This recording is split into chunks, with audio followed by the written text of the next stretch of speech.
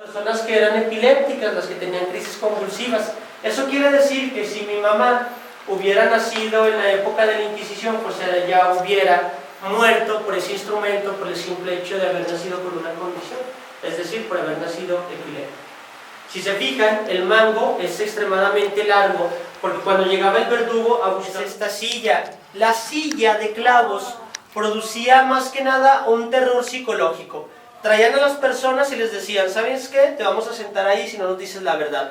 Las personas empezaban a confesar hasta lo que no. El chiste es que ustedes se han sentado en una cama de clavos, estas camas de faquires, ¿no? Si ustedes se sientan en una cama de clavos, no se te encajan, exacto, porque el peso se distribuye. Ellos pues se dieron cuenta de que exacto, el peso se distribuye, no les pasaba nada, y con el tiempo la modificaron agregando este tipo de cosas. Grilletes en las manos, en los pies, para el cuerpo, para que las personas se enterraran más en los clavos. Los hicieron dispares, estos los pueden tocar. Y posteriormente esta silla se modificó y se hizo de acero. En la parte de abajo ponían leños al rojo vivo y los picos ya calientes entraban como si fuera cuchillo en la mantequilla, es decir, cuchillo en la piel. Lo que tenemos aquí es un látigo. Este látigo o los látigos todavía se utilizan en Zacatecas, pero de forma más recreativa. Si alguien tiene una experiencia me la puede contar, yo soy su amigo. Lo que pasa en el museo se queda en el museo. Bueno, este tipo de látigos se utilizaba para castigar a los indígenas.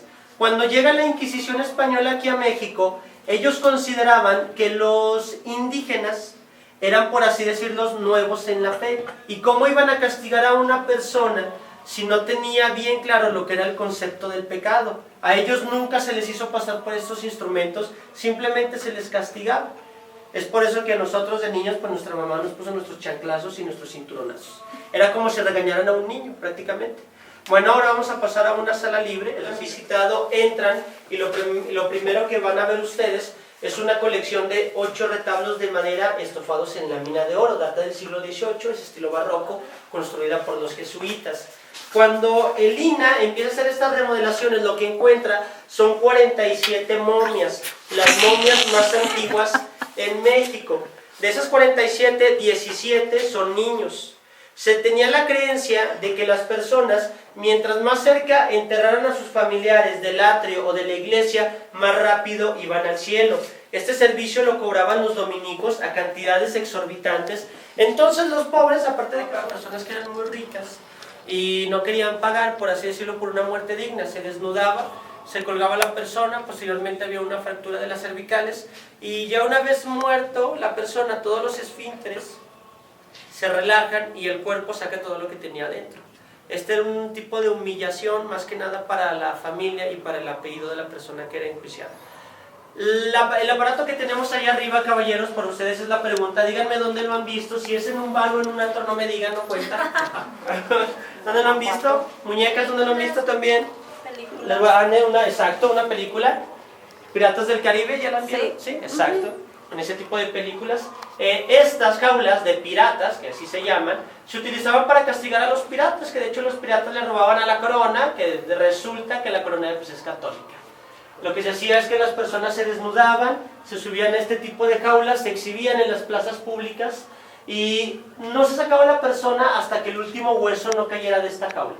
Lo que se hacía es que la intemperie hacía todo el trabajo. Si hacía calor, las quemaduras. Si hacía mucho frío, la hipotermia. Los cuervos también nos ayudaban a empezar a comerse las partes de estas personas. Lo que tenemos de este lado es un calabozo. Los calabozos fueron muy populares principalmente dentro de la arquitectura de las iglesias, y lo que se hacía es que las personas se dejaban ahí encerradas sin comida y sin agua hasta que murieran. El problema era que cuando metían a otras personas este calabozo, muchos tenían que soportar el olor a putrefacción de aquellos que ya estaban descomponiéndose. Si a ustedes se les privara solo 4 días de la luz del sol, se perdería la noción del tiempo, y al perder la noción del tiempo llega la locura.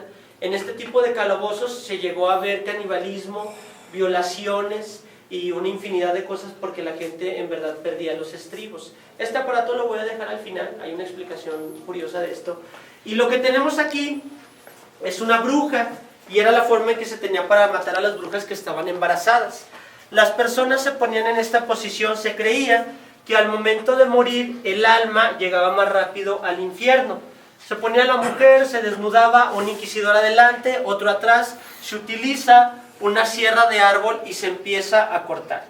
Cuando las personas llegan aquí se dan cuenta de que la mujer estaba embarazada. Los archivos históricos dicen que todavía cuando llegan aquí a la parte de la cavidad torácica, ella todavía estaba viva y era consciente de lo que le estaban haciendo. Lo que se hacía es que a las personas se les descuartizaba y se enterraba una pierna en un lado, la otra pierna en el otro, así, pum, pum, pum, todo, para que después de ir al infierno no regresara y tomara venganza. Era la forma que se tenía de castigar a las brujas. Lo que tenemos aquí es una sala que por lo general a mí no me gusta mucho. Bueno, lo que pasa es que Miguel Hidalgo fue enjuiciado por la Santa Inquisición 3 veces. La primera fue porque tenía familia, y no podía tener familia, era un padre. La segunda es porque le gustaban mucho los juegos de azar, era muy llevado a este tipo de cosas. Y la tercera es porque había matado a una persona. Nunca lo llegaron a agarrar hasta que después el gobierno es el que lo fusila en Chihuahua. Su cabeza llega aquí a Zacatecas y se exhibe en un hotel que está más adelante.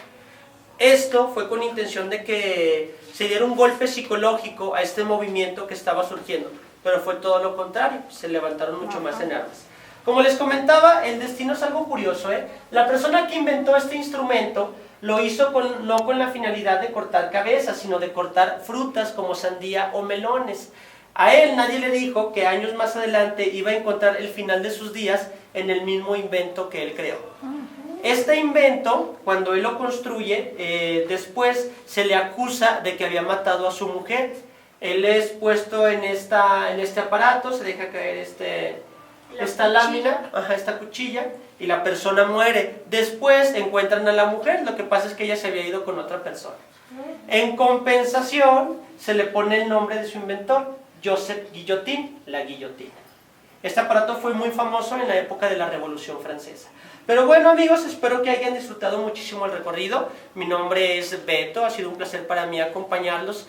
Y a nosotros los del museo nos gusta o nos atrevemos a decir, al ver todo este tipo de cosas, que de santa la Inquisición no tuvo nada. Y que fueron más pecadores y culpables quienes mataron, torturaron y humillaron a las personas que simplemente no debían nada, o que simplemente habían nacido con una condición que ellos nunca habían pedido. Hay un poeta que dice, no llenes de flores los cementerios, llena de amor los corazones. En vida, hermano, en vida. Al pensar en la muerte también pensamos en nuestra vida, así que por parte del museo disfruten de este regalo que se nos da todos los días y a cada segundo. Vivir es lo mejor. Así que nosotros somos conscientes de lo que es bueno y de lo que es malo. Y recuerden que todo pueblo que no conoce su historia está condenado a repetirla. Por último, pues decirles que un servidor turístico pues vive dos cosas, de un aplauso que lo alienta a seguir y de una propina que lo alimenta. Muchísimas gracias, amigos, cuídense mucho.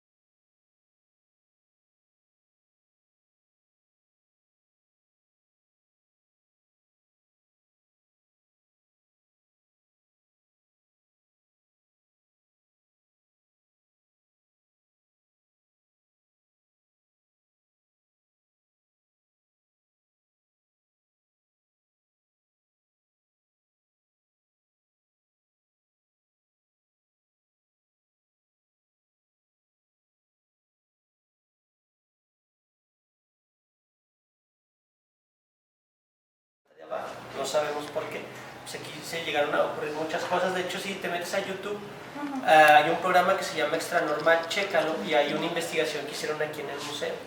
Hay muchos turistas que, por ejemplo, en el potro, donde les digo que si alguien te gusta probarlo, me pongo la de esta y para que la gente se tome una foto.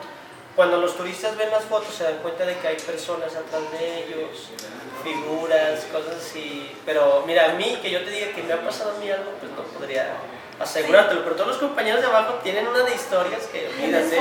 Sí, muchas cosas. Y es que, o sea, lo que yo sí creo es que, o sea, somos energía y que dejamos algo en el lugar donde estamos. Entonces yo pienso que todo este tipo de cosas, uno empieza a hablar, empieza a imaginarlas, empieza a ver y sí, pues uno empieza a sugestionarse tanto. Hay muchas personas que se han desmayado, pero les empieza uno a platicar y se asquean pero pues bueno, la intención pues es celebrar la vida. Sí, cierto. Así es. Bueno, gracias.